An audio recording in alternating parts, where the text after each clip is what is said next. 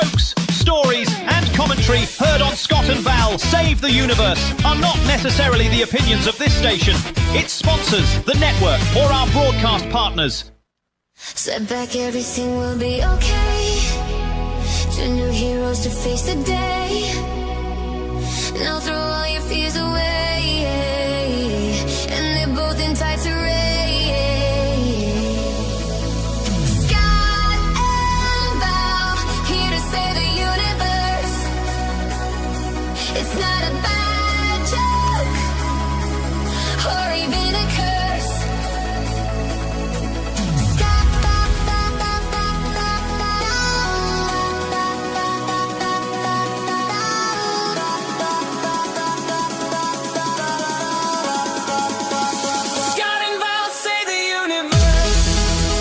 Ladies and gentlemen, friends and neighbours, not since Donny and Marie Osmond has America seen a brother and sister weekly entertainment extravaganza like you are about to see and hear.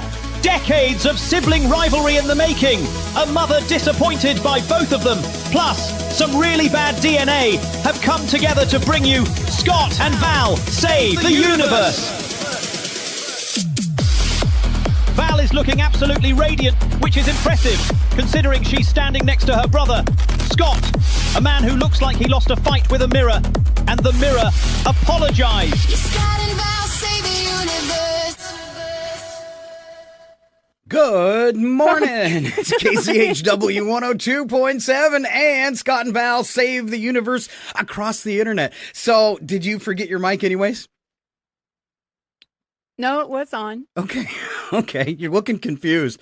All right, we're getting started this morning. I was confused when you said I forgot my mic. I'm like, no, I think I think you can hear me. All right. Well, I jumped in there. I told you to start the show, but I didn't want to start off with dead air. So. Oh, okay. I was confused because I was just ready to talk, and then you started talking. I was like, okay. That's what we call it, show start panic. I gotcha. All right, kicking it off, and it is kind of scary today because it is show number 13. Oh, show are number we 13. Doing? Huh? How are we? I think we're okay. Everything so far is good. I hope I didn't wake up Chuck. I sent him a message and said, I can't get levels out of the station again because we've had problems the past couple weeks. And as soon as I said it, all the meters started working properly. As soon as I sent it to him. So I'm sorry if it woke him up. Well, I sent you a message because you had said, what you'd sent me was color coded, and I clicked the wrong thing, and I'm like, there's no color coding. and then I found the right one. So we were both, you know what? Ken would have lots of fodder for panic time today because we've both already panicked this morning. Right. I've been doing this for 40 years, but I still get nervous at the start of a show because you want everything just to go right. Yeah. Yeah, and I think maybe because you run everything behind the scenes, because I never get nervous, but I don't have to do anything but show up.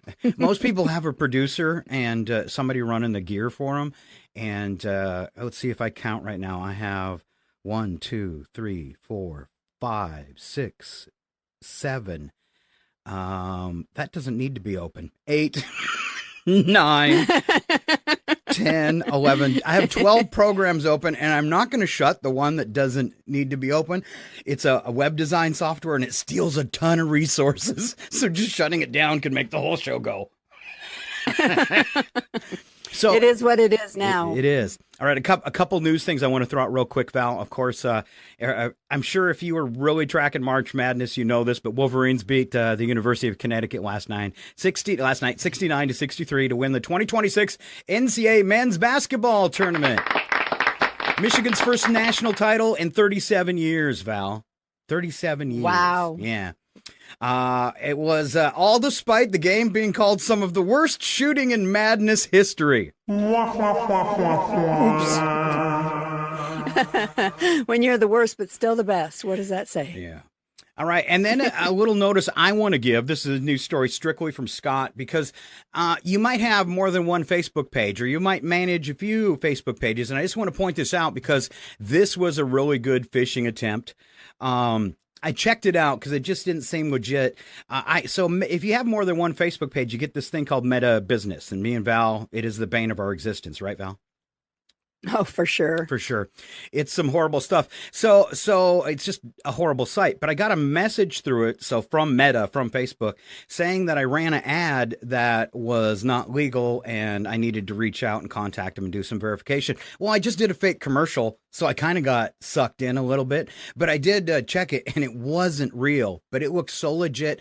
Actually came through the Meta system with Meta on the guy's name. And wow. But when I actually clicked that person, he had 1 follower. It's a good sign. They just get more and more sophisticated with the scams.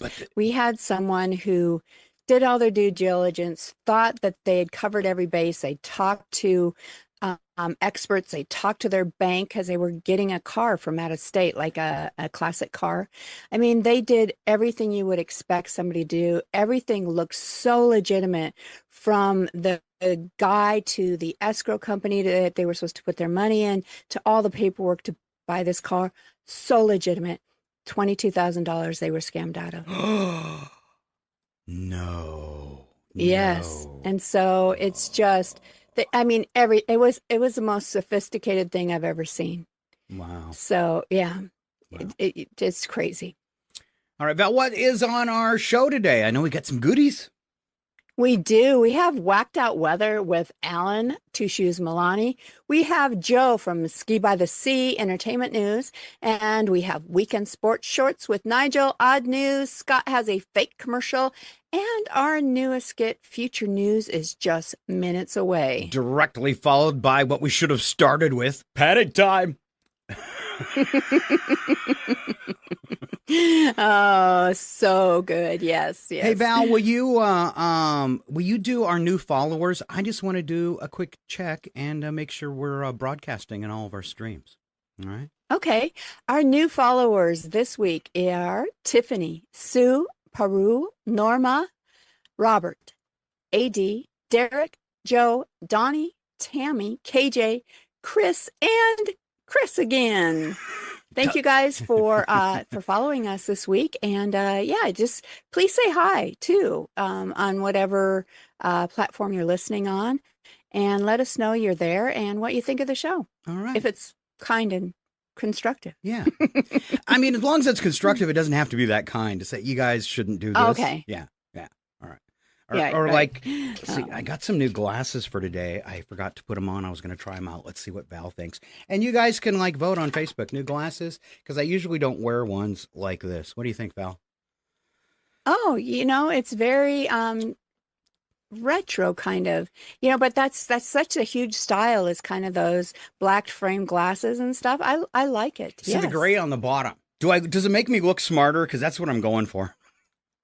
Oh, yes. I think it just increased your IQ by a good 20, 25 points. She's lying to me again. All right. Speaking of, sometimes you just got to tell them what they want to hear.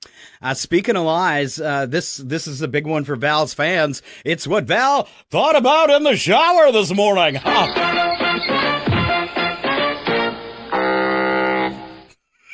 All right. Shower thoughts for today. If you're rich enough, the entire museum is a gift shop. I like that. Trump would buy it and plate everything in fake gold. I guess the shops that sell his merch, though, are suffering right now. Oh, yeah, I can't imagine that. I have a bid I'm working on, and it's things Donald Trump could ruin with his name. Okay, so we're working on this for next week. I only have a couple, but this is the one I kind of like the most so far, was Mount Trumpmore. All the heads will be him. Oh, can't we just do Trump less? All right, keep going with your shower thoughts. I'll shut up. All right, the reason we think we are so funny is because we have the same sense of humor as ourselves. Or your sister. As your sister, Or your yes. sister. All right, next shower thought this morning. The upside down to owning a Jeep is that you never have to wash it, because if it gets dirty, you look just more legit. I used to have the jacked up Excursion, and my wife would drive it around and get it all muddy. Well, the ex. and she, or I would drive it around and get it all muddy, and then she'd drive it, and she said all the guys would look at her in this big jacked up truck all covered in mud. Well, that's I never understand. Like they have the Jeep parade and they've washed their Jeeps down and polished them and stuff. It's like you should be more, more dirt and mud you have on that, prouder you should be. Yeah, yeah. That was always my goal Yeah. when I go out in mud and you can't see any paint left on the car or you didn't do a good job. Exactly. I have a picture I took one year, just because it was like the perfect setting. But I took a picture of the rear view mirror from inside the Jeep because it was just caked with mud. I thought that was That's cool. I like it. yeah. It must require right. at least, by the way, it must require at least 3 washes when you're done mudding or you didn't do it right. Oh, Yeah. or you didn't do it right. Yeah. And you've got to clean the floorboards too because there's mud in there if you did it right. Yeah, that's right. All right. Next shower thought. Losing a tooth as a child is exciting and financially rewarding. Losing a tooth as an adult is horrifying and expensive. Yes. Yes. All right. Next one. Lollipops make you eat flavored saliva. You think too much in the shower. I disgusted myself with that thought. So I use Jolly Ranchers.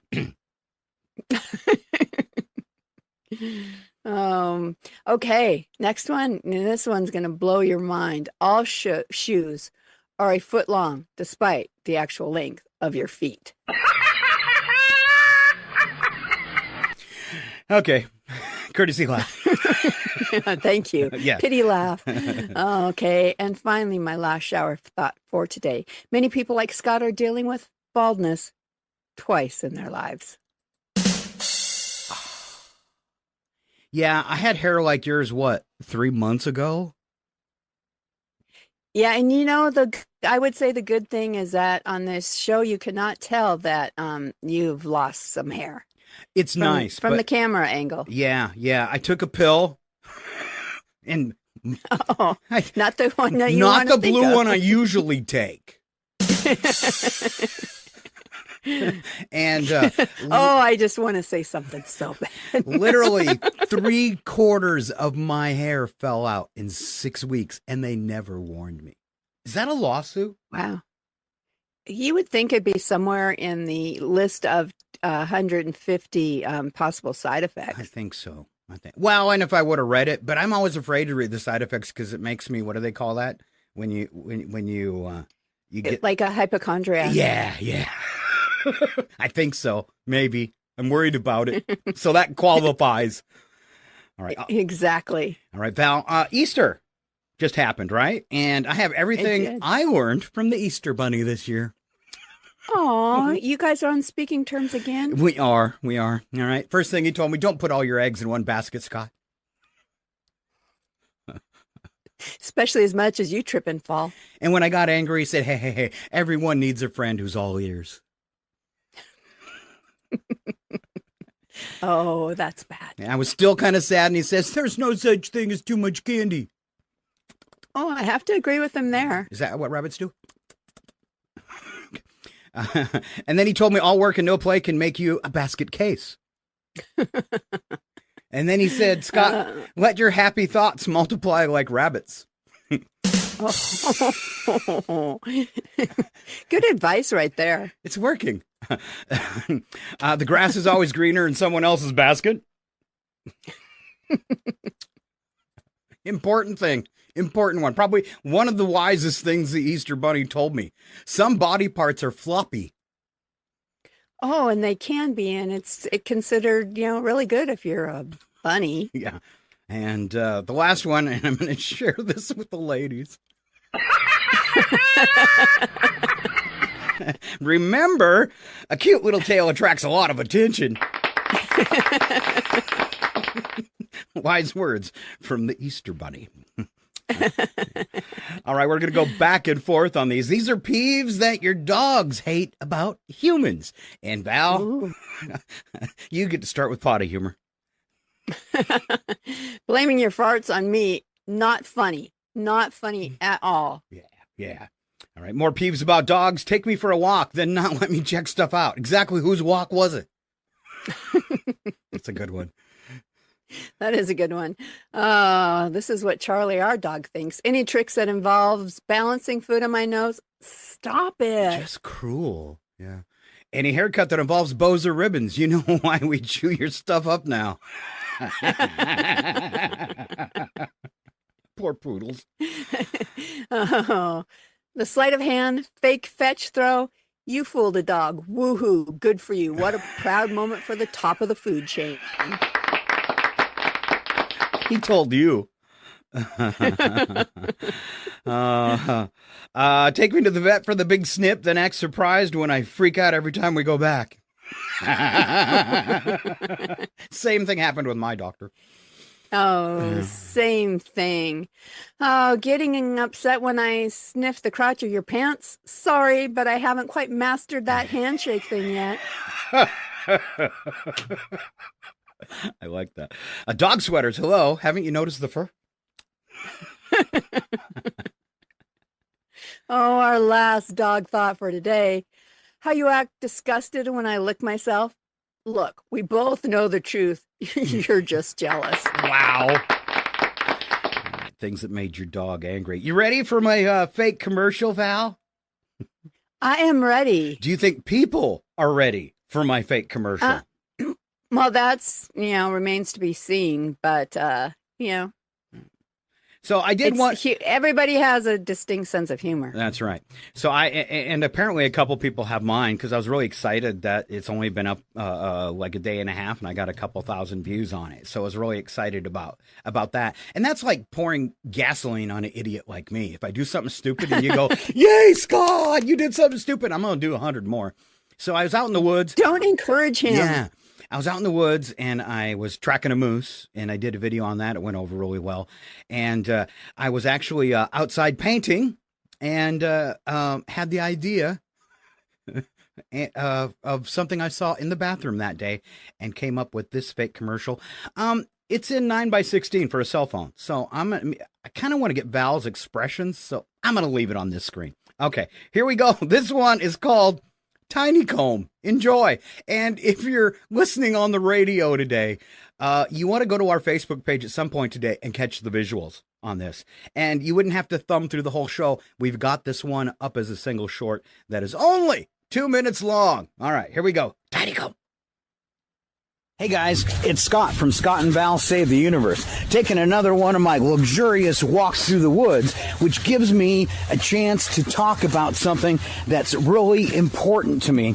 And I think guys around the world, because as guys, we know that women could really give a hoot about our personal needs, especially when it comes to our personal grooming needs. That is, until today. Men grow hair like rabid dogs every day. And we try to hide it. My friends, that's why we need Tiny Comb. That's right, Tiny Comb. Tiny Comb. Yes, Tiny Comb. You can put Tiny Comb anywhere. Tiny Comb. You can hide Tiny Comb anywhere. Tiny Comb. It's so small. Tiny Comb. The Tiny Comb was invented at the Rogue Frequency Network Laboratories by Nigel, our superior AI mind. It's time for me! Nigel took the world's largest banana comb and, using a shrink ray, turned it into the world's smallest banana comb. Way to go, Nigel.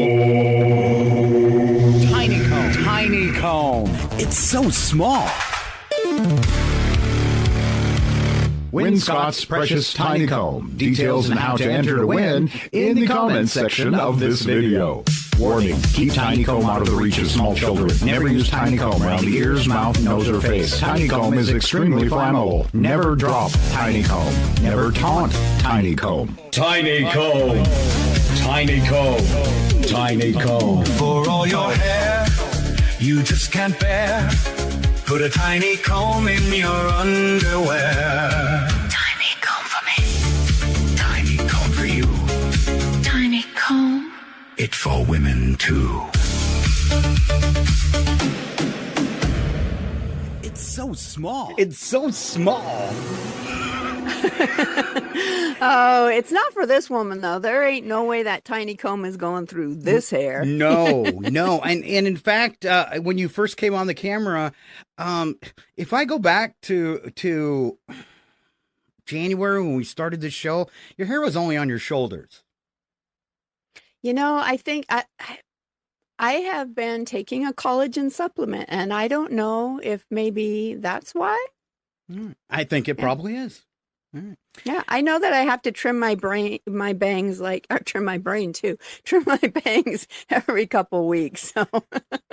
All right, we've got Ken Owens and Panic Time just about 10 minutes away. We also have some future news, and I don't want to run late, Val. So let's real quick. I had this, and I think you'll enjoy it, so I don't want to skip it. It's your secret natural talent according to your zodiac sign. So if you've got a birthday like Val, it falls between March 21st and April 19th.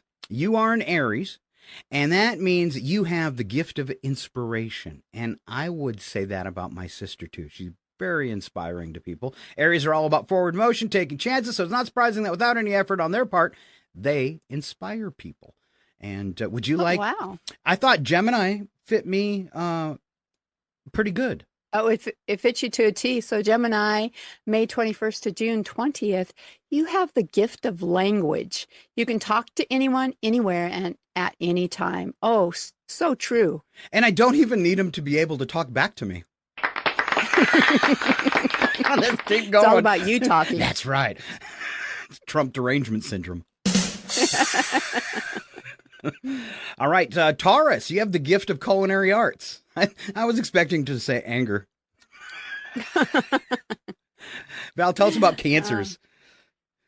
All right, Cancer, this is Brad, my husband, June 21st to July 22nd, a gift of understanding. You may not be a psychologist by trade, but you're certainly an unpaid one for your friends and family. All right. Leo, I would say, I always tell him, and maybe that's, I don't know. I always tell him he takes on everybody else's problems. And I think it's because he, is that one that, understands what people are going through or whatever, and is very in touch with that. So yeah, sometimes he takes on other people's problems in that process though. And one thing I'm always going to love your husband for is, and you know the situation, I was going through a tough time within the past few years, and Brad gave me the best words of wisdom, emotional support, uplifting, all that packed into one. And then I think maybe anybody has my entire life. So there you go. And it impressed me for a big truck driving logger guy that he is so sensitive. It's awesome. There you go.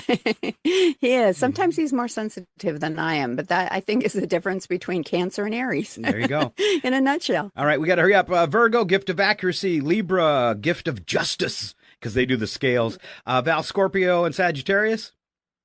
Is Scorpio's gift of achievement. Sagittarius, gift of happiness. Ooh, yeah.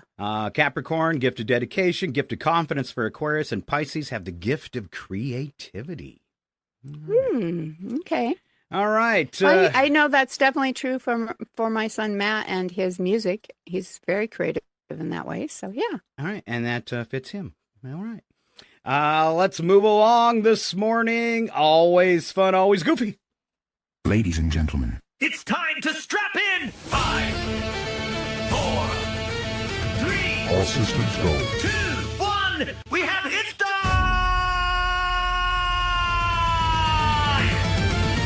And now it's time for Future News with Scott and Val. Future News with Scott and Val. All right, we have set the coordinates for Time Warp, and we are on April 7th, 2056. Future News, my sister Val, kicks it off, and we are aging wonderfully. Oh, we are. Yes. We haven't aged in 30 years. I know, it's awesome. All right, April 7th, 2056. The federal government has officially replaced the IRS with a fully automated system that simply reads your thoughts to determine what you owe. Officials say the new Mind Tax program scans financial intent, hidden income, and that one time you said, they'll never notice this. Early users report being charged for things that they only consider doing, including one man billed for thinking about starting a side hustle for 3 years. Officials say compliance is at an all-time high because you can run from taxes, but apparently not from your own brain. You mean you can see into my mind? Yes. And? It amazes me how you manage to live in anything that small.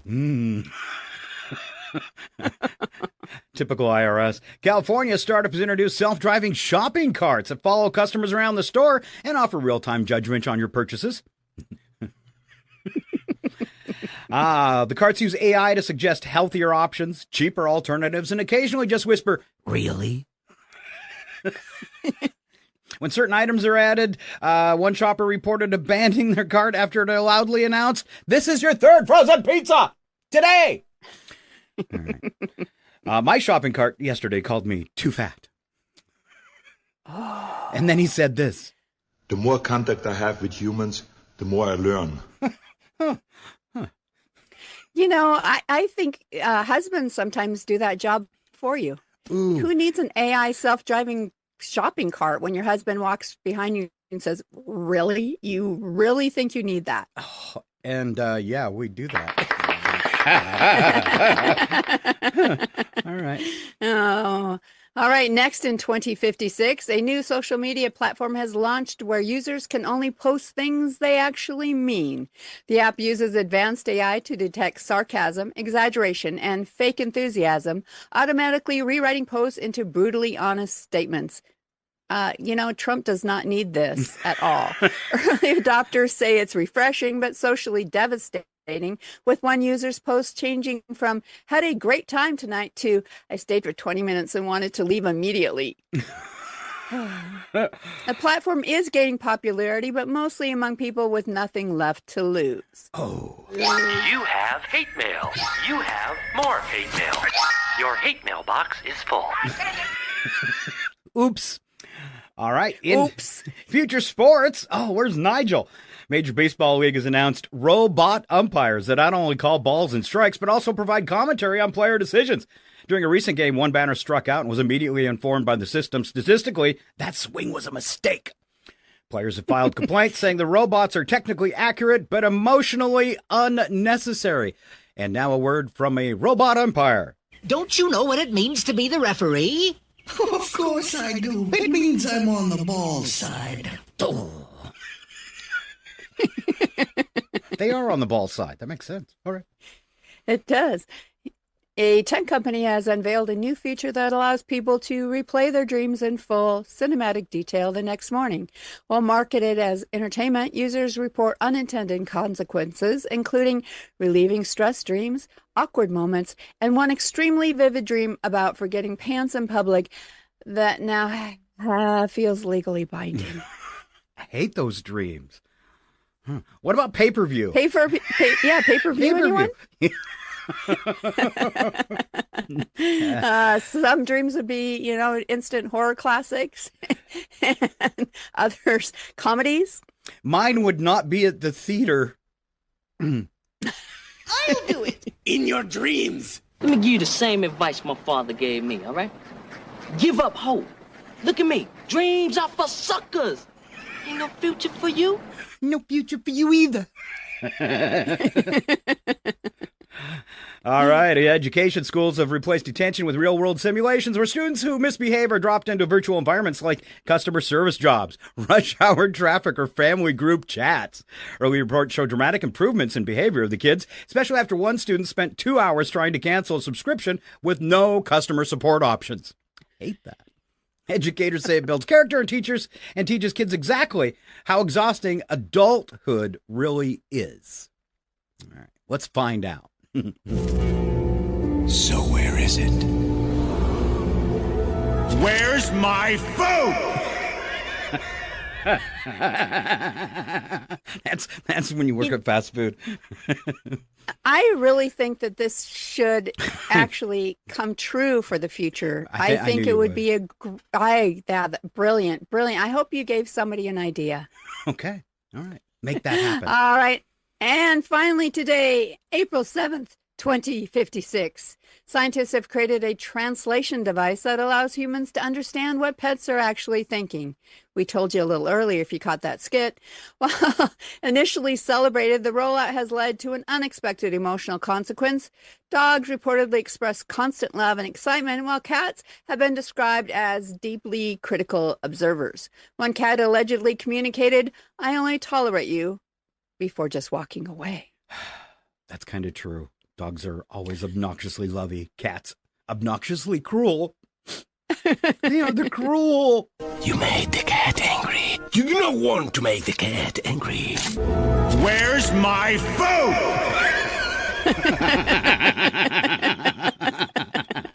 That's the main thought you get from them. Where's my food? All right. Hey, I think I smell something funny. What do you think it is? Oh, could it be? Could it be panic time with I Ken think it Owens? could be panic time. And before we get there, I don't know if you've got the whole picture or not, but he's not exactly working on all thrusters. it's true. Here we go. Get ready. Wait for it.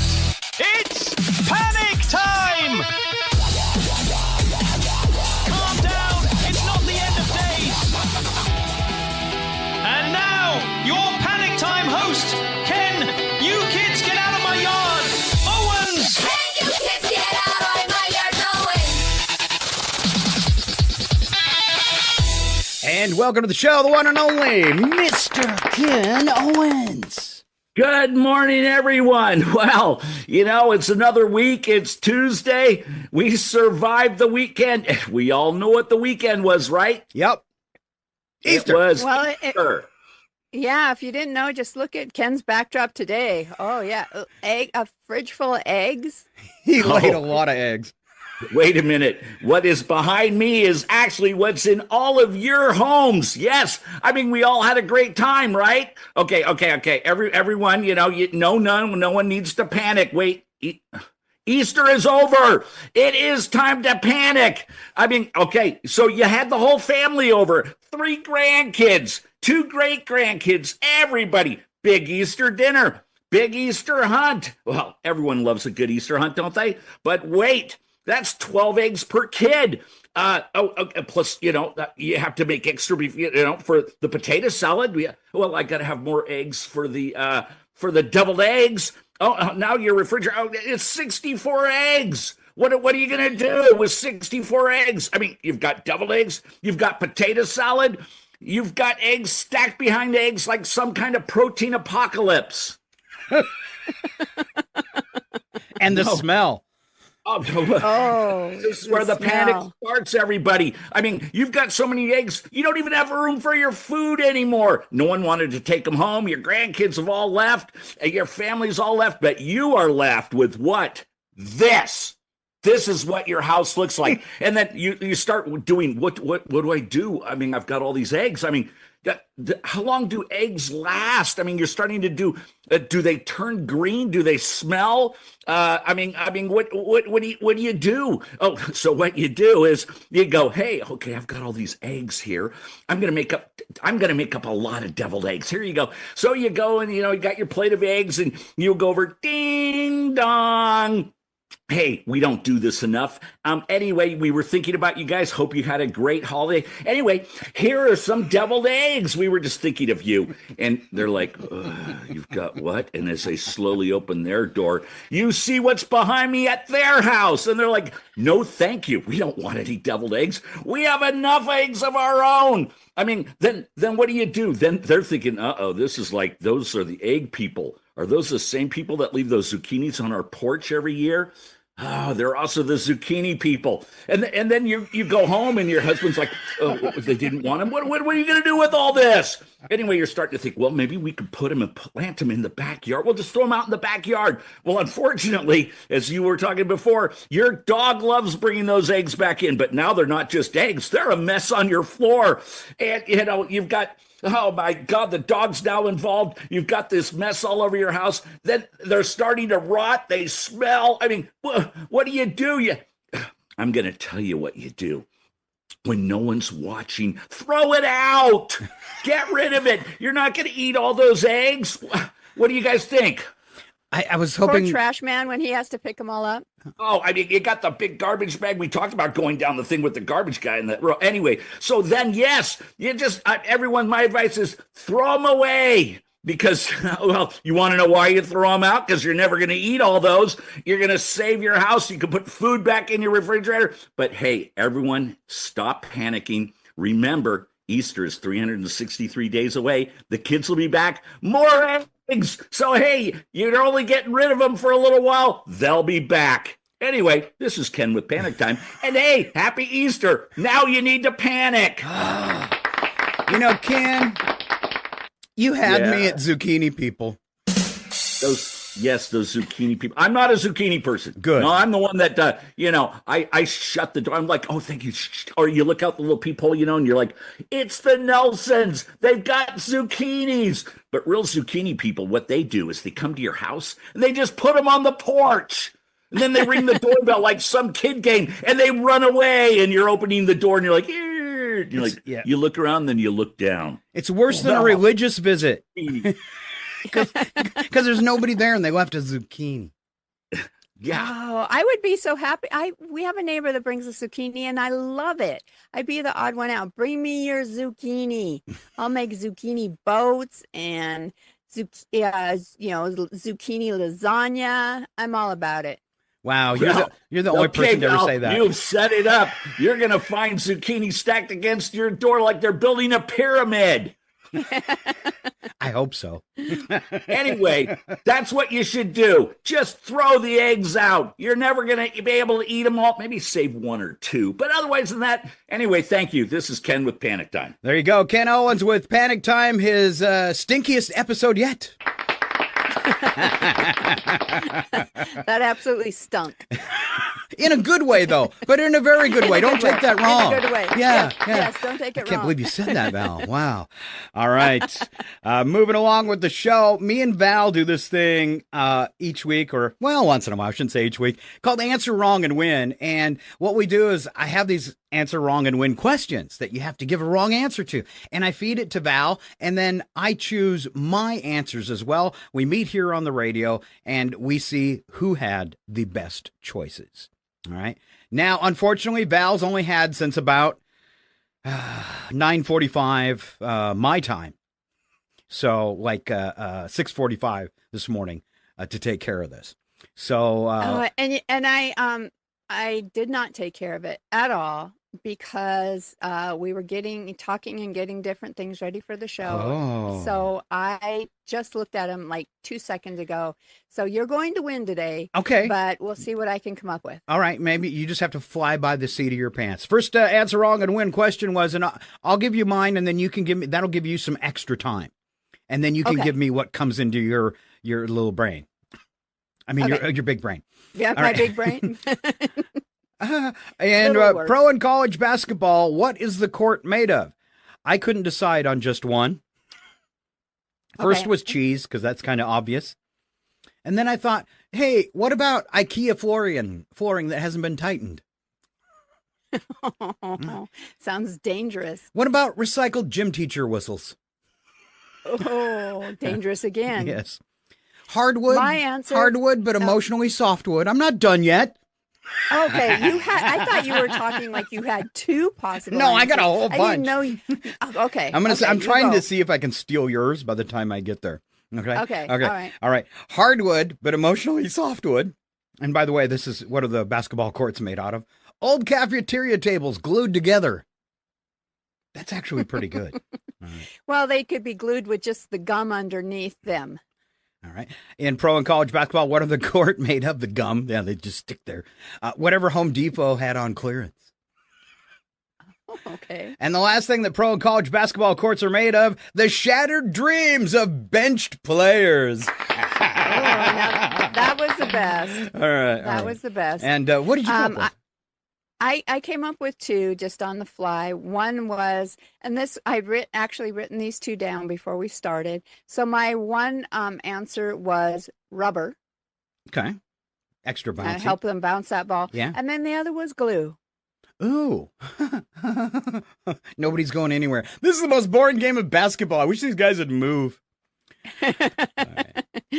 Next one, a little tougher. I struggled. I was going to say, when they say plant your feet, that's what they meant. Yeah.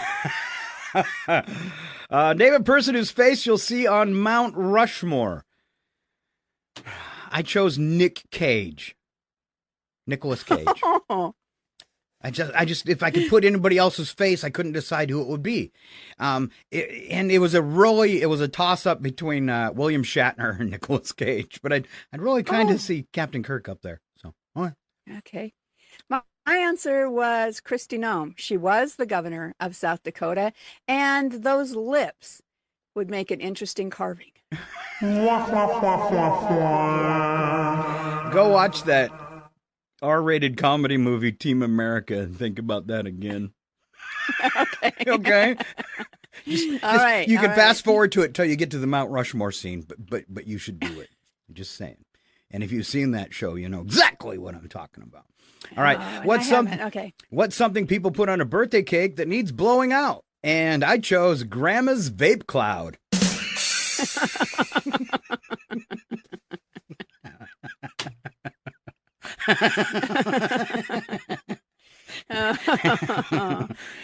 That's good. See if you can beat that one, Val. I was going to say blow the saliva off that people left when they blew the candles out. Oh, it's a slippery cake. What was the name of the star on the sitcom I Love Lucy? I chose Kevin. Pretty sure it was Kevin. Almost sure it was Kevin. Mm-hmm. I was just, this is probably too close to home, or too close to the truth, but I was going to say Ethel. Ethel. Oh, that's pretty close. Yeah. Name something you use to raise the volume on a television. I said my voice yelling, "What?" repeatedly. I was going to say my husband listening to a video while I'm trying to watch television because that's the way you change the volume around here. Wouldn't he just turn up his volume then too, though, and just it creates this vicious circle? It does. Vicious circle. Vicious circle. All right. We are headed for a quick break. When we come back, we're going to have weather with the one and only Alan Maloney, bringing you a little whacked out weather. Also, want to tell you that we are on episode 13 of this show. Seems like we should be a little further. Lucky number. Lucky number 13. Today live on KCHW, YouTube, and Facebook, their pages and their Twitch page, plus our Facebook, YouTube, and Twitch pages. We're broadcasting like 6 locations at once. Plus replays on all those channels with shorter clips. Where can you watch our shorts, Val? You can watch our shorts on Instagram. Okay. I believe you've posted some there. You can watch them on YouTube. Yes. YouTube has a new channel called YouTube Shorts, and we're a big deal there. Almost. All right. We're a big deal.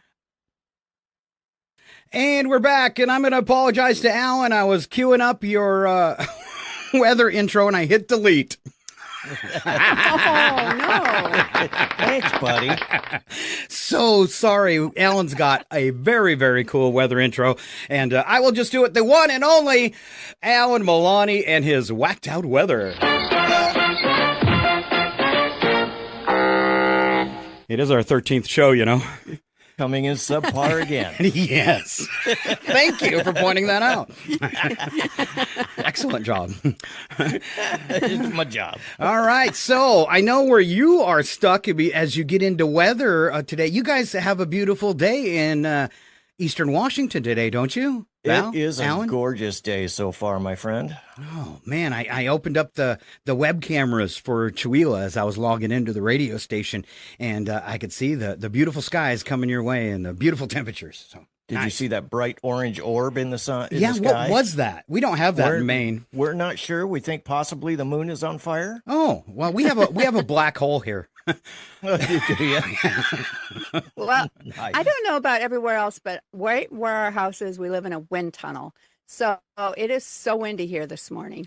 So I don't know how warm it's going to feel, but you can look out the window and pretend.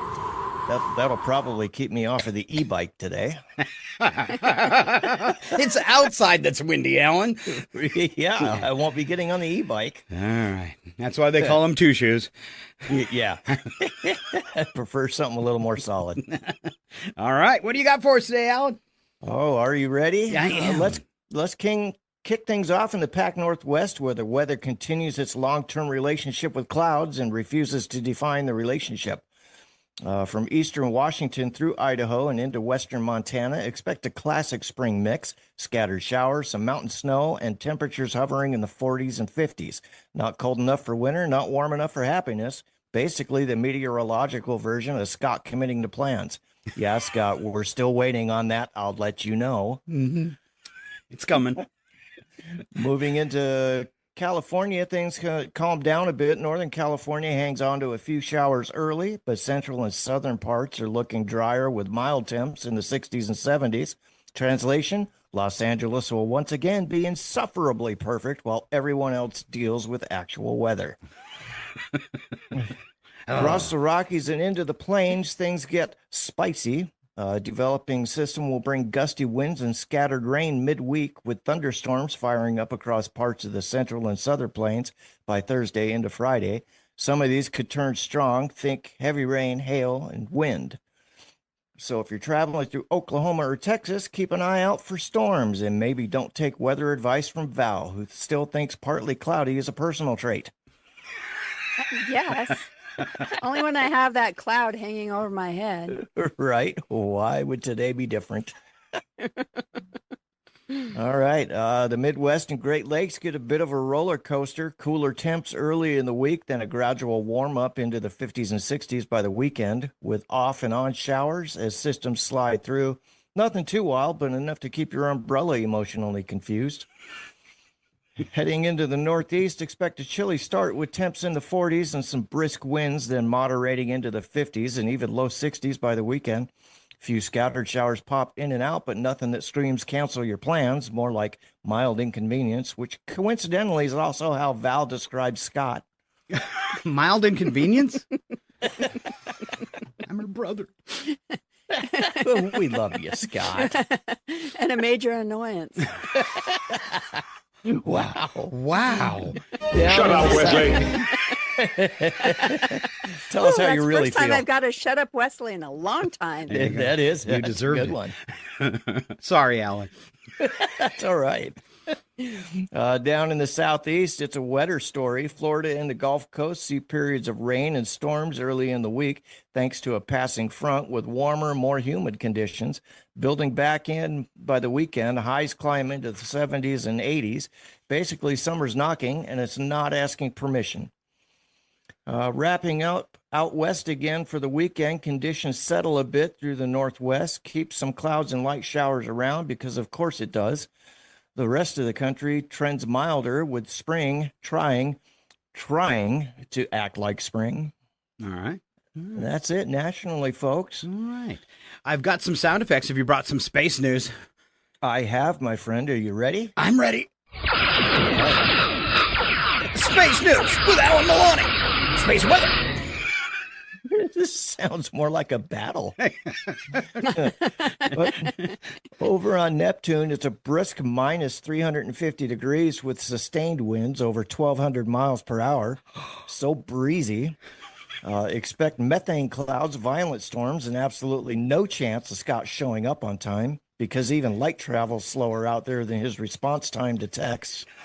And Val, good news, you finally found a place where your hair won't frizz. Bad news, it freezes instantly. 1,200 miles an hour and a methane cloud sounds like Val's house. Yeah, sounds like I just a told you mild I'm in a wind temperate. tunnel. Yes, you are. Didn't know it was that kind, though. Well, that's your national Methane forecast. cloud. All right. Mild, messy, and just unstable enough to keep things interesting, kind of like this show. Yeah. Stay safe, stay dry, and remember, if your weekend plans fall apart, just blame the weather or Scott. All right. Very good job. The one, the only Alan Maloney. And have you been watching your spins on these weather forecasts? I have seen them. I don't like looking at myself. Well, yeah, but it's impressive. So I try to get them up by the afternoon after the show. Yours and Nigel's, because they're dated, but and keep them up on top for about 3 days. And I'm really impressed. Good job, Alan. Thank you, my friend. Right. Yeah, I don't get to see the numbers. You'll have to tell me. I think your weather forecast like 400 times last week, but that's pretty big. Wow. You know, for coming out of Chihuahua. I would have been happy with 7 or 8. Yeah. So that's enough to keep doing it, right? Yeah. That's what I tell Val. 6 people watched today. It's all Brenda. It's Brenda on 5 different phones to make us feel good. Yes. Yeah. Thanks, Brenda. All right. Big round of applause, Alan Milani. Thank you so much for coming today, Alan. Thanks, guys. We'll see you next week. Sounds good. All right. Scott and Val continue. We'll give Alan a second to flip that out of the room, and we will switch back to the right screen. There we go. And we are moving on to celebrity birthdays. And Val, would you be interested in kicking that off for us today? Maybe just a few of your favorites. I know there was a lot. All right. Jackie Chan, 72 years old. Everybody knows Jackie, don't they? Oh, yeah. Russell Crowe, 62. I thought he was older. Just, if we're going to be completely honest in that. He's not aging well. I've seen him in a few movies. He's not like, most of the actors, as they get older, they try to stay in shape so they can keep getting it. He's just letting himself go like me. His 62 makes my 62 look good. Yeah. All right. We have Bill Bellamy, 61 years old today. We'll go with Ed Spelliers, is an actor from Downton Abbey, is 38 today. Anna Maria is 35. She's a singer. And then who else do we have here that looks really interesting? Billie Holiday. Okay. From would have been, it doesn't say how old today, but it was his birthday. He was the jazz singer who passed away in 1959. Francis Ford Coppola, 87, film director. And let's go with Marjorie Stoneman Douglas, who passed in 1998. She was a journalist and environmentalist. All right, roll through some quick history for you so you know about today. 1795 is where we'll start, when France adopted the meter as the basic measure of length. 1827, John Walker, an English chemist, sold the first friction match, the first striking match. Okay. Oh. Yeah. 1860, Will Kellogg, born in Battle Creek, Michigan. Will's physician brother John developed cornflakes and other cereals to serve patients at his mental hospital, and Will founded the Kellogg Company to market the cereals way back in 1860. Wow. Yeah. And breakfast has never been the same. And you know what's funny about Frosted Flakes? They taste like they're from 1860. 1864. Were you going to say, you have one, did you? I was just going to say, and if you eat them all the time, you probably will be a patient at a mental hospital. What it does to your brain. Yeah, it's all sugar. All right, to raise money for charity, the first camel race in America was held in Sacramento, the year 1864. And we've got camel wrestling coming up today in Odd News. I'm not joking. Camel wrestling. Now, is it a man wrestling a camel or a camel wrestling a camel? You're soon to find out. Yes. All right. 1970, actor John Wayne received an Oscar for the Best Actor for his role in True Grit. 1999, Israeli couple was hospitalized for fatigue after kissing in Tel Aviv for 30 hours and 45 minutes. Duror Opaz and Carmet Tubera set a world record and won a trip around the world. I was the stand-in. You need me to kiss her for a few minutes so we take a break? Doesn't work so good at clubs. I've tried it. Saying. Oh, just saying. Can I dance with your date? U.S. troops. Can I punch you in the face? Yes. 2003, U.S. troops captured Baghdad. Saddam Hussein's regime fell 2 days later. 2006, Osaka, Japan. Man found unlocked door in a university building, saw a perfect opportunity to pull off a burglary. Or so he thought. He entered the darkened room, and suddenly the light switched down, and he found himself face to face, Val, with a huge sumo wrestler. Oh. Yes, but there wasn't just one sumo, but 12. He tried to rob a sumo dormitory. Good job. I'm glad that was the final line, because I was like, why are 12 sumo wrestlers in a room in the dark? They saw him coming, I think. They must have knew he was, Well, maybe it was their dormitory. They were probably sleeping, but still, I was like, what? 12 really big sumo wrestlers. Surprise! Surprise! Do you like pancakes? I hope you like pancakes. 2016 longest ever captured python found in Malaysia, 26 feet. Ooh, that'd be scary. Yeah, I could eat like 4 of me. All right. 2021 record-breaking price of $3.25 million was paid for a comic book, Action Comics #1, which introduced Superman. Oh, wow. All right, Goofy Holidays. Let's go back and forth on these, Val. You're going to be happy Okay. to know it is National No Housework Day, ladies, a day dedicated to ignoring chores and relaxing. And the reason why I said ladies is because I'm a dude. I don't do housework. And I'm single, so figure it out. I celebrate that day at least once a week, I think. Once a week, all right. Day for you again. Oh, today is What's that? A day for you again. Again. It's National Beer Day, celebrated on this day to mark the 1933 legalization of beer in the U.S. And you were there, right, Val? I was. She just had a birthday. All right. International Beaver Day, a day to celebrate these environmental engineers. Oh, what do you eat when you're drinking that beer? It's National Coffee Cake Day, a delicious day to enjoy a slice of coffee cake. I call it beer cake. Beer cake. We have beer cake. International Snail Papers Day. I'm not drinking coffee. Go ahead. It's all right. Snail Papers Day. Do you know what a snail paper is? I had no idea what a snail. Oh, like an old-fashioned newspaper. Yeah. Sorry, Jared. It's a newspaper. That's just cruel. It is International Snail Paper Day, though. Metric System Day. What's the last one, Val? National Making the First Move Day, Scott. Encouraging taking initiative in relationships or business. Make the first move. Right now, I'd like to ask you about Tiny Comb. Tiny comb, tiny comb, tiny comb. For all your hair, you just can't bear. I forgot to hit Alan with that. Comb in your underwear. Tiny comb for me. Tiny comb for you. Tiny comb. It for women too. So I had this bit I was going to do today. It's so small. I had this bit I was going to do today. When Alan came on and when Ken came on this morning, because they're both going bald, at the end of it, I was going to ask him if they heard about Tiny Comb. And I forgot. Oh, that would have been so good because I know they both watched it. So that would have been like the perfect insult. And I blew it, Val. I totally blew it. Well, what I was thinking when you played the Tiny Comb commercial for the first time is, didn't you used to write all sorts of commercials?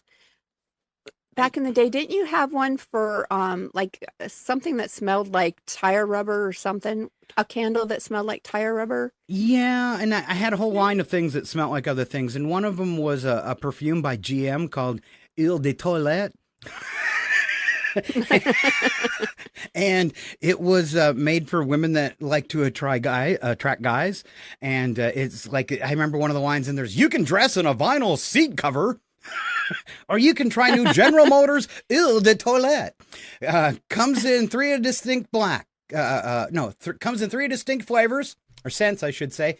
And it was Cadillac, Corvette, and for those nights you don't care who you go home with, Chevette.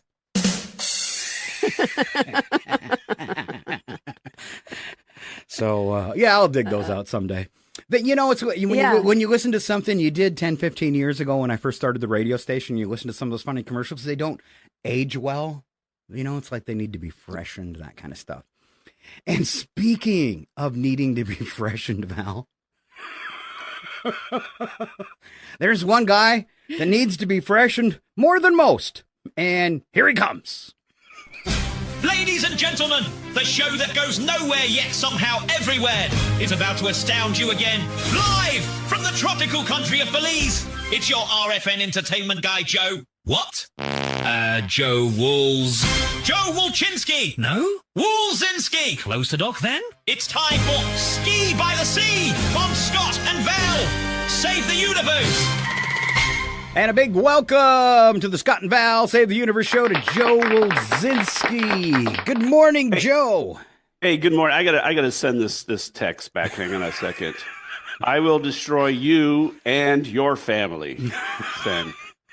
I tell you, my book club is it's getting out of hand. Some of the ideas they have, it's just crazy. I don't know. Hey, good morning, everybody. How you doing? Good. Before you get into entertainment news, I got a question for you, Joe. Yes. Have you heard about Tiny Comb? Tiny Comb. I don't need Tiny Comb. It looks like you could use one. I'm pretty sure. Nope. Okay. So I have a great show They're today. great for beards. Well, yeah. I have other things. Tiny Comb. Oh, there. He uses his back scratcher for his beard. That's perfect. Right. Anyway, so I have a great show today. Oh, excellent. If you guys will let me go. It's a special. So what I have today is a special guest celebrity. For those listening on the radio, Joe is holding up a sign that is very nice looking that says special guest celebrity. I'm excited. I was Ladies trying and to gentlemen, figure out whether celebrity was spelled right. I don't think it was. You know, with the prices you guys pay, it doesn't matter. Anyway, I would like to welcome our guest, Valerie Hunter, to the show. Excellent. Good morning, Val. How are you doing today? I am doing great, Joe. So, from what I understand, you have a new show called Scott and Val Save the Universe. I do, and it is just taking off. This is episode 13 today. 13. Oh, it's still on. That's great.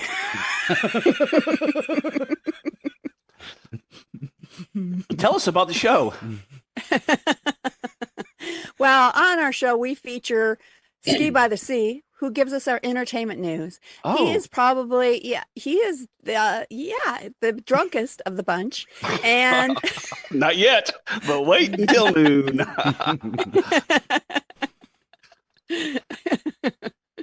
Oh. Okay. So, what kind of challenges are there having your own show? Well, when I carry all the weight, it can sometimes get exhausting. But, I'm getting used to it. I'm building up my stamina. Oh, that's good. So, yeah. Coffee in the morning. Exactly. Coffee, tea. You just put a tea bag in your coffee cup, make it look like that's what you're drinking. And I guess sometimes you just have to tell yourself, he's my brother. He's my brother. He's my brother. He's my brother. Right? Yeah. Yes. Yeah. Okay. Yeah. Yes, We yes, were yes. raised by the same parents. So, Oh, that's good. That's good. We had parents? Yeah.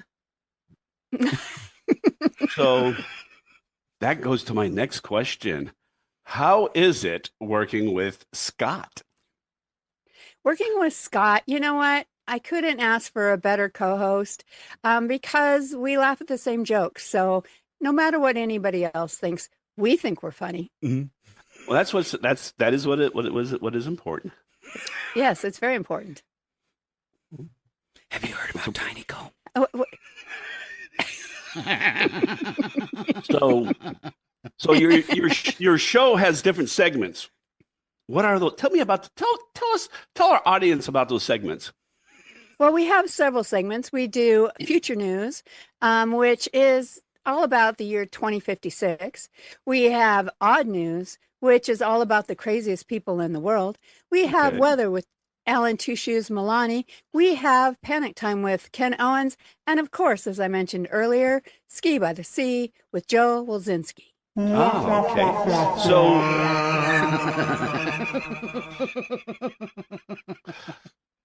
I hear something. So what is your favorite segment? Oh, whichever one I'm in. Of course. So good answer. Wow. The title of your show is Paul and Val Save the Universe. How do you plan on saving the universe? Just by bringing joy to people, one laugh, stupid saying, goofy holiday, interesting guest at a time. So do you have a plan on when you're going to start doing this? Episode 26? In about 5 minutes. So 26. You do have until 2056. Okay. So here's a deep thought, deep question. Do you think that you've had enough to drink? No, never. Time travel is possible. I do think time travel is possible, and I think if we could travel back in time. Well, no, I'm not going to say that. I don't think it's appropriate for the air, but I do believe that time travel is possible, and I think there's some compelling evidence for it. Oh, and what is that evidence? I don't know right now, but it is compelling. Oh, okay. That's compelling answer that you have there. I can tell you one thing, that if Val could go back in time, she would take out fascists. Okay. Well, and that was my next question. Pretty sure. I was just thinking, I can say it maybe in this way. I was thinking that if I could go back in time, I would hand something very important to Trump's dad. Okay. So I guess that would be, what would you change? Birth control. To get rid of that question. Yeah, exactly. Birth control. I don't have a pen. Okay. So thank you. Well, thank you. Let's give our guest a big hand. Yay, Val! And we're gonna give her 3 pineapple sturry. She can use today. those. Okay. Yeah. Okay. Perfect. I need those. Then, yeah, they'd come in handy. My last question is, where do 12 naked sumo wrestlers sleep? Wherever they want. Yes. Well, as you can see, I have matters pressing, and yes. All right. It was great talking to you. Next week, I'll talk to, I don't know, there's that Scott guy, but I mean, does anybody really want him to be a guest star on a show? I don't know. Anyway, there you go. All right, there you go. Joel Welzinski, the back scratcher. Tiny combs. Not just for the upper part of the body. You can use that back scratcher anywhere. That's why I changed the camera off him. All right. We continue on with our show. We've got some more good stuff to go. We've got Nigel lying ahead for us with today's sports report. And Val, I know you kind of like these. Today, it's another round of odd sports from around the globe. So these are pretty fun. Remember, I think it was a couple weeks ago when we had competitive ironing. Yes. Almost just as good. All right. Me and my sister are going to do some stuff that's maybe not that funny unless we can make fun of the bad ideas. But we are going to go ahead and roll out a few headlines with headlines news. And Val, would you like to start off with the national story on student loans? Yes, the U.S. Department of Education announced Friday in Washington, D.C., it will revise federal student loan repayment programs. Officials say millions of borrowers will see adjusted monthly payments starting this summer as part of an effort to reduce default rates. The agency says the change comes after rising delinquency numbers and will be implemented by recalculating income-based plans through updated federal data systems. This has got to be kind of scary if you've got some student loans lingering out there, because the administration, the whole Doge thing, of purging of the national deficit, it didn't go very well. So I'd be really scared at what they're going to do with student loans, because it doesn't seem they care who the bad decisions affect, especially if you're poor. And the whole thing, Doge was supposed to find all this waste, fraud, and abuse, but meanwhile, the deficit has gone up $4 trillion. Did you see since the new presidency? Did you see the kids? I call them kids because they're in their 20s. That Congress was interviewing about their work with Doge, and they got on to this one kid. I was watching it on C-SPAN, and he gets really defensive, and he says, "We were doing the good work to rid America of its national debt." And did you? And the congressman asked the kid, he says, "Did you actually reduce any of the U.S. debt? And if so, how much?" And he said, Yeah, we didn't reduce anything. And I was like, but he got all mad when they questioned, his abilities. So The only thing they reduced was the stock prices of Tesla. Global shipping companies are continuing to reroute vessels away from the Red Sea this week due to ongoing security threats. Major carriers say ships are instead traveling around the southern tip of Africa, which is always fun. Adds 14 days to delivery time, so your package is going to be late. Analysts say the disruption is driven by regional conflict risks and is an increasing fuel costs, which will raise our prices even more. Still happy about how you voted? I can guarantee you, if that lady was president, none of this would be going on. Guarantee it. No. She was supposed to get us into all sorts of foreign wars. Oopsie. Technology experts in San Francisco reported this week a surge in scams using AI-generated voice cloning. Researchers say criminals are using short audio clips to mimic real people and request money or sensitive information. Regulators are now calling for stricter safeguards, while companies are developing detection tools to identify synthetic audio before it can be misused. It gets scarier and scarier. Don't forget that announcement we did at the beginning of the show, too, that hackers infiltrated Meta AI and are impersonating Meta AI. So be careful out there.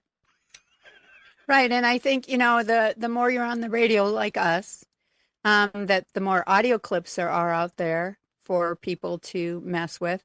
So just know if somebody calls and said I was kidnapped, that's why I eat more cake, because it's really hard to kidnap a larger person. So don't buy it. I shouldn't have lost that weight this winter. That's right. The problem is now I can fit in a trunk. Before I couldn't. All right. Where do we go? Scientists, the National Oceanic and Atmospheric Administration said Monday that increased solar flare activity could impact Earth in the next few days. Ooh, this is space news, Val. Agency warns possible disruption to GPS communications and power systems if geomagnetic storms strengthen at all.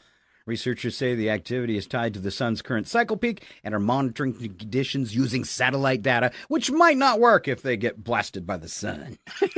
True. How's that satellite data working? No kidding. Public health officials confirmed new measles outbreaks in multiple U.S. states this week, with clusters linked to areas of low vaccination coverage. Oh, imagine that. The Centers for Disease Control say that the highly contagious virus is spreading through community exposure. Officials are urging vaccinations and rapid response measures, including contact tracing and isolation, to prevent further spread. RFK took to the news and said this: "It's all my fault." That wasn't a very good one. He would never, ever say that. You're right. Researchers, and I lied. During the news. What I find interesting is that do they not make the correlation in those places with lower vaccine coverage that, oh, look, our areas are getting more cases of these, and make the correlation and change their opinions? Yeah, I don't think so. Because the whole, the whole thing about and I'm sure there's probably a bad vaccine out there somewhere.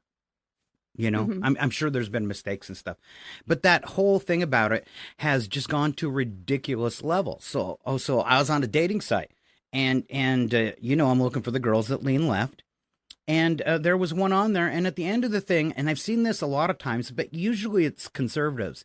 They say they will not date you if you've been vaccinated. What? Yeah, I see it all the time. And I'm like, what kind of idiot are you? And right there, it's like, oh, good. I belong to this Facebook page that it's kind of an older women's group, right? And somebody had talked about, wanting to start GLP-1 medication.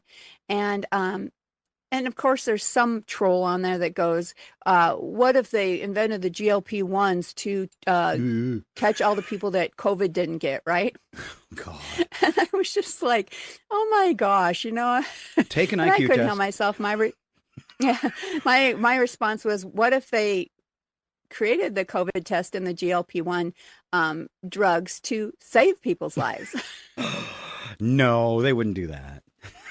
Well, yeah. And I basically said, and some people are too stubborn to believe in science.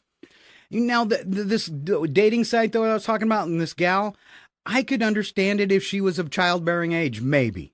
And they don't want to be with somebody vaccinated because they think maybe it messes with our genetics. I could understand that, but she wasn't even a childbearing age. So what's a problem with dating someone that has been vaccinated? You're going to be corrupted by my vaccine? Okay. Yes. He kisses you and gets some of that saliva in her mouth. Yeah. And next thing you know, she's got COVID and obesity.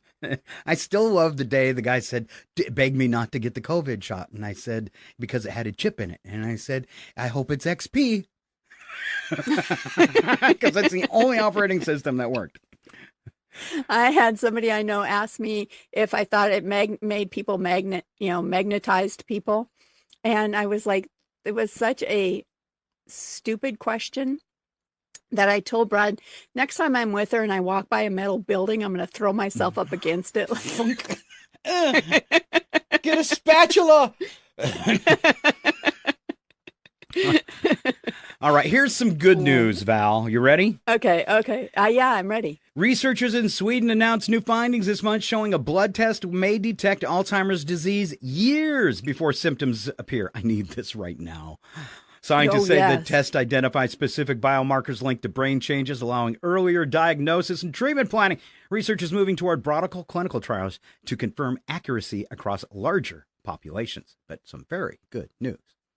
That is great news. All right. And one more good news story. One more. A community solar initiative in Minnesota expanded this week, allowing hundreds of low-income households to access renewable energy at reduced costs. Local officials say the program works by sharing power generated from a central solar array, lowering monthly utility bills. Organizers say the effort aims to make clean energy more affordable while reducing overall carbon emissions. They have that program here in Maine. All sorts of commercials and ads for it. And I know a lot of people are joining it just because power prices are getting so expensive.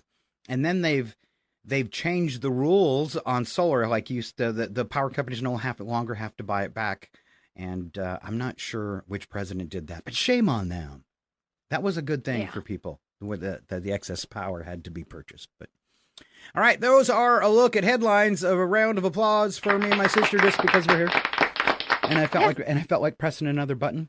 I've got a good button to go though. Are you ready for this? Ooh, all right. I'm ready. All right. It is time for our AI sports reporter. We were talking about Alan and how I was really impressed with the numbers on the videos from his weather. I think it was the week before last. Nigel beat us all in spins with sports. I mean, this show, he got more spins than the entire show.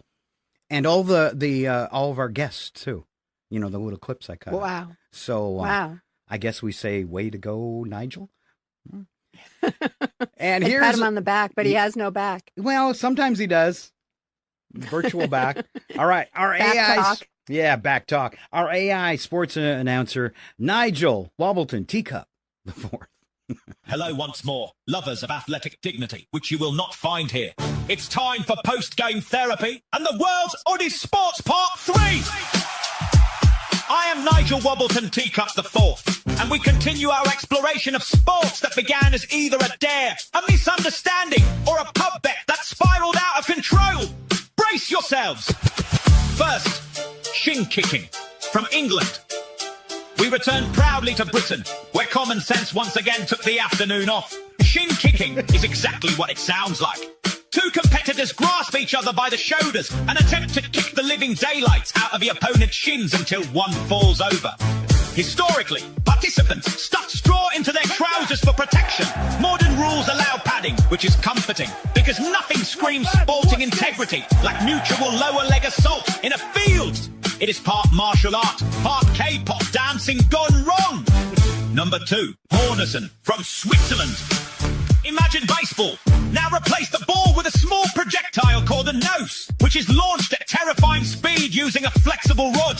The opposing team attempts to swat the nose out of the sky using large paddle boards. If they fail, it can travel over 300 meters. It looks like a medieval farming accident was organized professionally. Swiss precision meets mind your head, mate. Number 3, camel wrestling in Turkey. Yes, camels wrestling each other. Who would watch this? In parts of Turkey, male camels compete by attempting to wrestle one another to the ground during mating season. Handlers are present, referees are present, the camels are very much present. The objective is to get the opponent to retreat or collapse. It is large, it is loud, it is not remotely subtle. You haven't lived until you've seen 1,500 pounds of stubbornness argue and spit in a sand pit. Finishing off our foursome of fun with lighter fluid and some matches. Fireball soccer, Indonesia. In certain Indonesian festivals, football is played with a coconut soaked in fuel and set alight. Yes, on purpose. Players compete barefoot because clearly risk assessment was optional that day. It is visually spectacular. It is wildly dangerous. It is the only sport where they put the ball out at half time. So let's wrap up, shall we? What have we learned this week? That sport does not require a stadium, only commitment, questionable judgment, and occasionally flame retardant trousers. I'm Nigel Wobbleton Teak, up the 4th, reminding you that athletic excellence comes in many forms, some noble, some baffling. From Shinkom back to flaming football. Could we add even more danger next time? Most certainly. Now go!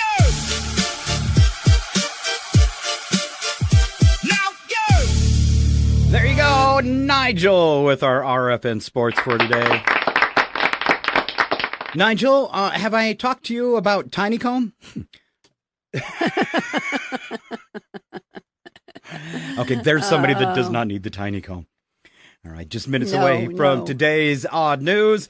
Val, I see this as a question before that people ask other people on TV, and I was curious if I asked you the question, what your answer would be. What is your useless superpower? Oh, all of mine are very useful. Okay. So. Well, what is your strange superpower? My strange superpower. Oh gosh, do I have one? My strange superpower is the awesome, tasty, beautiful rolls I make. That's my superpower. Making rolls is your superpower. Okay. I thought it'd be something more. Yeah. Like mine is my nose. Oh, okay. Yeah. If you're trying to find something that has a scent, I can find it. I'm like a dog. I can do that too. I do have, Well, I wonder Brad has superior hearing. I have superior smelling. So I wonder if it's our DNA, since we're brother and sister. Let's scoot closer to the cameras. Look at the size of our noses. That's why we smell so well. Oh, side view. Good one, Val. It's all in the nose. You know what surprises me about having such a good sniffer? I always have, and I smoked for 40 years. Which they say that is pretty wild. It is pretty wild. I'm not saying go smoke. We always say that it's amazing that Brad has such good hearing because he was a truck driver for 30 odd years. And he said, how many years he drove with the window down. And then, running farm equipment, using a chainsaw, all of those things that should be damaging to his hearing. And he has very good hearing. Mm. Well, next question is, what is the strangest thing you carry in your purse? Strangest thing you carry in your purse.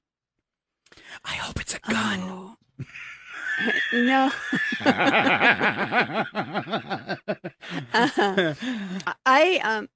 That's tough because I hate carrying a purse so much that I have a teeny tiny one that just basically holds my wallet and a couple of things like that. If I had to come up with the strangest thing, I'd guess it'd be eye drops, but I really don't carry a lot in my purse. So that's hard for me. So you carry a teeny tiny wallet instead of a purse? Teeny tiny purse. All right. Have I talked to you about Tiny Comb? It would fit perfect in my teeny tiny purse. Okay, that's what I was thinking. Still won't go through my hair, but I could at least carry it. Share it with others. That's right. What did your husband, Brad, teach your kids that you wish he wouldn't have? Oh, what? Gosh, that's tough. It's like 101. Is it tough because it's 101 or? I'm just trying to think of any annoying habits that he has that he passed on to the kids. I guess I don't know. I can't come up with anything. Well, that's a bonus. It is a bonus. Yeah. All right. Well, it must be a good childhood and good parents. There you go. All right. Yeah. How about this last? I have noticed that it's just it is a recent development, and I would say probably I'll give it 5 years or so, that Travis and Brad have this same really odd phrasing, especially when they're talking to each other. It's just the phrasing of the stuff they say to each other is really different, and they both do it to each other. It's the exact same phrasing. So yeah, it's like they're that annoying. They're to a same, and it clashes or something. Their speech. No, it does. It's just to me, I just find it interesting because it's so similar, and they do it more when they speak to each other.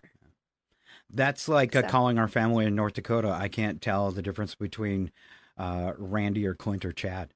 Or if one of them answers the phone, I would never know the difference who it was because they all sound identical. Don't you know? Yeah, exactly. Yeah. All right. Did I have one more? Yes, Val. If you can replace your car horn with any sound, what would it be?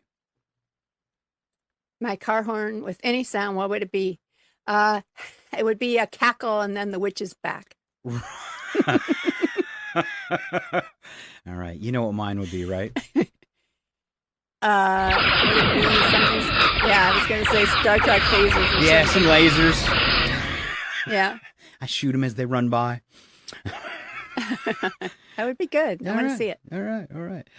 We've got one more thing for you as we wrap up today's show. Hang on. Ladies and gentlemen, brace yourselves. It's time for Odd News with Scott and Val. The only segment brave enough to ask, who let this happen? And then read it out loud anyway. Proof that evolution is taking a coffee break in America. And one or two other places too. These are real stories involving real people who woke up that morning and chose chaos. If you're thinking, surely no one would actually do that, allow us to assure you, yes, they would, repeatedly. So settle in, lower your expectations, and remember, this isn't fiction. It's humanity, unsupervised, on Odd News with Scott and Val. Val, we are totally loaded today with crazy stories and a special little news attack where the first part is true and the second part's a bad joke for Val since it's our home state. All right. North Dakota has the most bars per person. I'll drink to that. And it's one of the only reasons I would go back to visit our family. Because of the bars? So I remember when I turned 21, or after I was 21 and I was back there, and they did last call at midnight. Oh, really? Yeah, it was at midnight or a quarter to 1. It was a quarter to 1. So the bars there close at 1 instead of 2.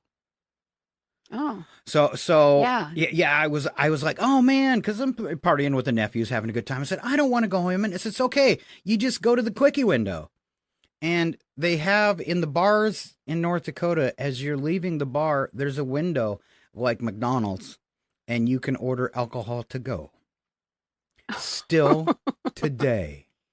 I was totally, you got all these people, drunk people leaving a bar, grabbing bottles, and then a bunch of them in the alley where the parking was were cracking them open. I was horrified. So there you go. Welcome to North Probably Dakota. Not a designated driver in sight. Yep.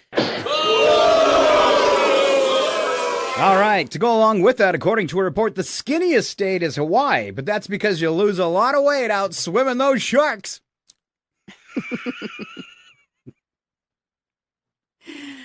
Researchers found that people are squeamish about touching a robot in what would be a private place on humans. The research was designed to help engineers decide where and where not to design the plug-in for the robot's recharging cord. Not there. No, it's okay. Put it there. Researchers found that chewing raw broccoli, and it has to be raw, not cooked, releases a good chemical that inhibits the oxidizing enzymes in our body that damage DNA and potentially cause cancer. It also inhibits getting a date when you smile.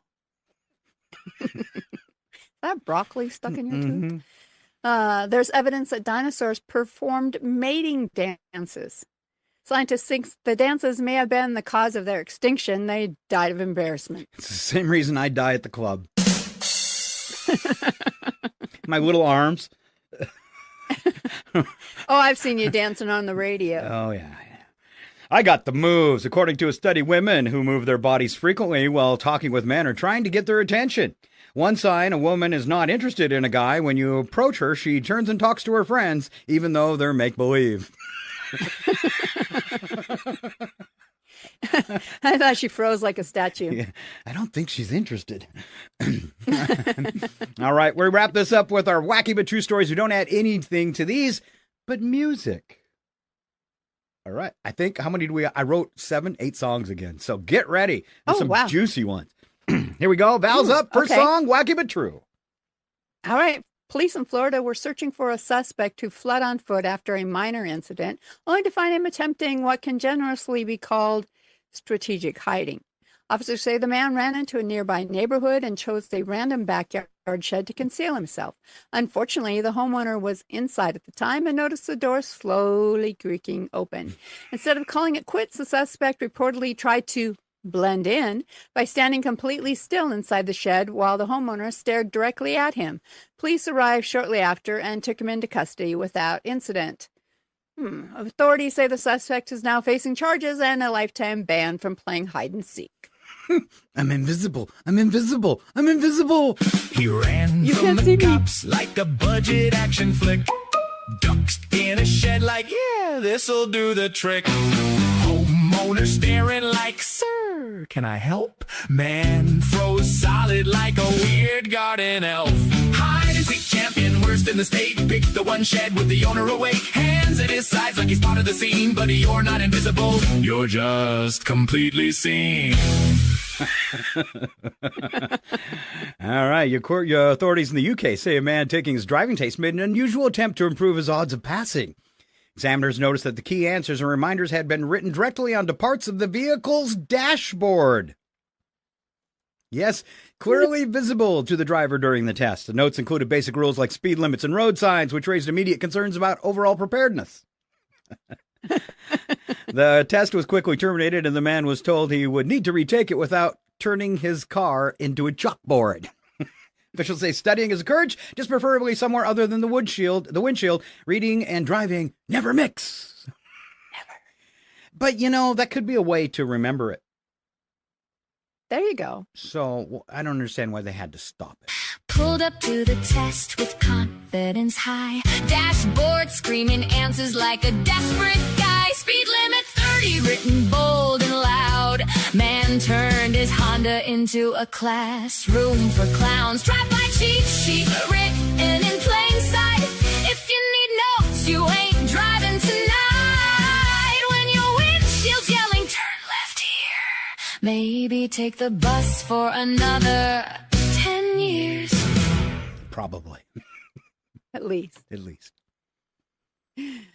Oh, a fire crews in Ohio responded to a call involving a woman who became trapped in a chimney under circumstances that were both alarming and extremely avoidable. According to responders, the woman had dropped her phone into the chimney and decided the best course of action was to climb in after it. She became stuck partway down and had to call for help, ironically using a second phone. Firefighters safely removed her after partially dismantling the chimney structure. Officials say the phone was recovered and she immediately dropped it and broke the screen. I just added that at the end. I call this one Chimney Miminy. Dropped the phone down a dark brick hole. Said I'll just grab it, yeah, that's the goal. Halfway down, now she's stuck like glue. Regretting life and a tiny IQ. Call for help on phone number 2. Firemen showed up like, ma'am, what did you do? Bad decisions in a vertical tube. Climbed in a chimney like Winnie the discovered dignity gone. So we wrote this song. I don't know. I think that needs to be 4 minutes. I think so. In Spain, police pursued a suspect through a busy tourist area, and they say the man attempted a creative escape strategy. Officials report the suspect suddenly slowed down, grabbed a brochure, and blended into a guided walking tour as if he'd been there the whole time. I like this. Witnesses say even nodded along as the guide explained local history, attempting to appear engaged while he was struggling to catch his breath. The disguise worked for approximately 30 seconds. Then officers calmly walked into the group and escorted him away. Police say the suspect now in custody and has finally completed a guided tour of the justice system. Oh. Running from cops through a crowded square. Snagged a brochure like, I belong here. Nodding at history he don't understand. Ah, yes, the building. Very building-ish, man. Tour guide talking. He's catching his breath. Cops walk up like, nice try. Now left. Tourist mode activated. Blending in bad. Clapping at facts he don't even have. 30 whole seconds he almost got free. So much for your vacation strategy. Nigel said he had to have a song. Well, yeah, I noticed that was Nigel singing that one. So good job, Nigel. All right, off to Canada. Authorities in Canada responded to a report of a stolen vehicle that quickly turned into a lesson in memory. The man told dispatchers his car had been taken from outside his home overnight, prompting officers to begin an investigation. After reviewing nearby footage and asking a few questions, police determined the man had simply parked his car several streets away and forgotten where he left it. The vehicle was located undamaged, exactly where he had unknowingly abandoned it. Police say the case is closed and recommended parking in front of your own house from now on, dude. I don't know if you've got the whole picture or not, but he's not exactly working on all thrusters.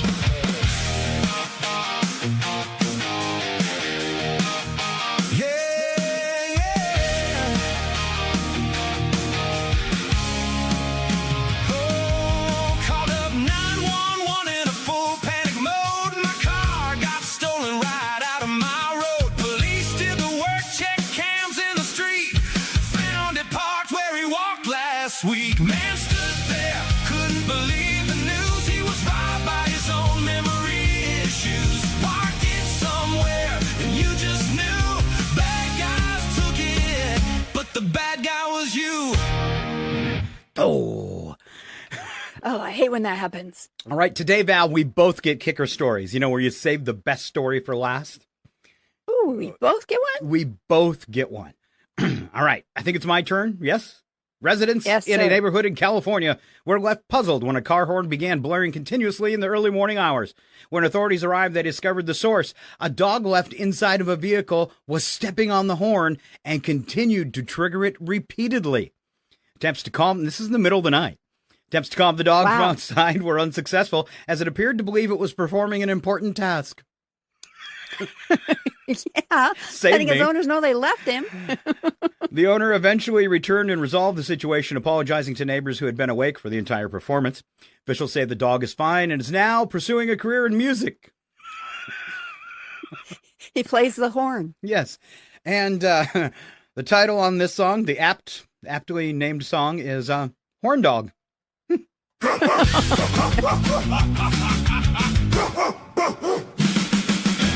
a.m. concert, nobody booked. Neighborhood raging, everybody shook. Car horn screaming like it's got a soul. Turns out the driver is a Labrador. On a horn like it's saving the day. Whole block hostage to a canine DJ. Horn dog, legs in the street. Dropping that beat on a non-stop beat. No off switch, no sense of shame. Dog just lost his noise complaint fame. Hey, horn dog, play a song for me.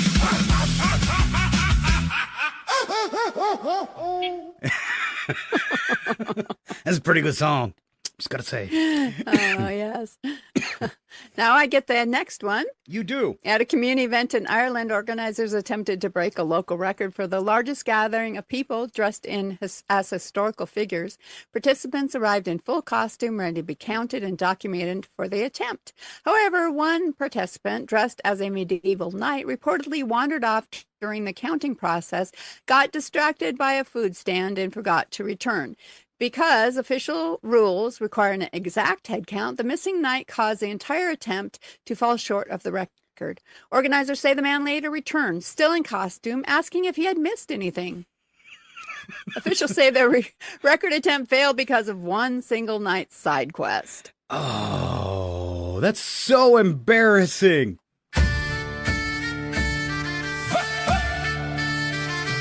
Full metal outfit, ready for glory. Part of a record, part of the story. Then he saw snacks and abandoned the plan. Turkey leg calling, like forget those fans.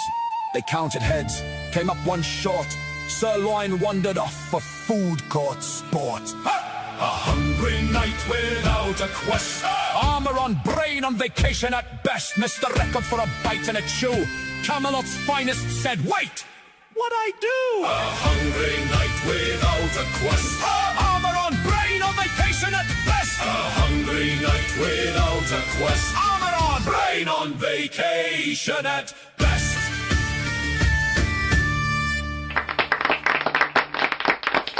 I think I need to make that one into an entire mini movie.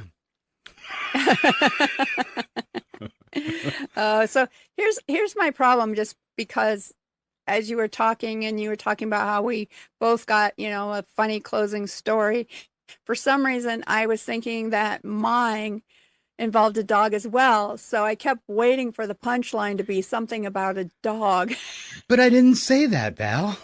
I know you didn't say that. That's what happens when you assume. Oh, you wanted the dog story. I get it. No, I just thought my story was about a dog as well. And I don't know why that was my thought. So I kept waiting to hear that it was a dog dressed as a knight. I don't know. Oh, I got something. You mean you can see into my mind? Yes. And? It amazes me how you manage to live in anything that small. Exactly. And teeny tiny. And that's your odd news for Tuesday. All right, we want to thank everyone for tuning in. I want to thank, if anybody happens to be listening that caught our April Fool's short, we got 8 new listeners or 8 new followers off that short, which is pretty cool. And tons, like 2,000 spins. So thanks very much on that. If you want to catch up on past shows, see some of our segments, see some of our shorts, cutouts, the guys' solo programs, you can catch those on Instagram, YouTube Shorts, right here on Facebook. We've also got audio versions of our programs on iHeart, Alexa, Amazon, and YouTube podcasts as well. So kind of everywhere. And we cut that stuff up. So if you just want to, if you want to go catch the special song I did today. Tiny comb. Tiny comb. Tiny comb. For all your hair, you just can't bear. Put a tiny comb in your underwear. Tiny comb for me. Tiny comb for you. Tiny comb. It for women too. It's so small. All right, so you can see that full commercial online too, right, Val? Yeah, I think it's our new sponsor. Yeah, we're kind of dumb. All right. We are America's only brother and sister podcast and radio show. There you go. Thank you for tuning in. Any closing words, Val? Oh, goodness. I would just like to say that, as always, it's been a pleasure, brother. I look forward to our Tuesdays and our chance to chat and be silly together, just like when we were kids. It is. It's always a blast. And we always dreamed about being in space. So there you go. All right. Have a great day.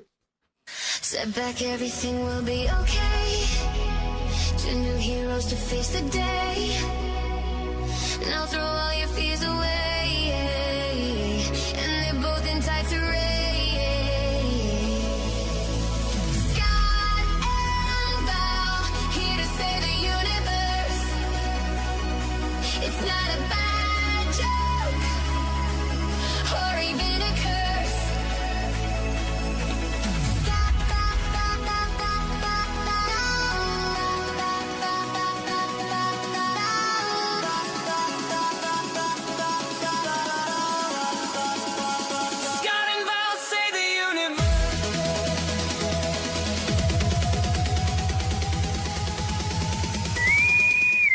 ship will self-destruct in 20 seconds.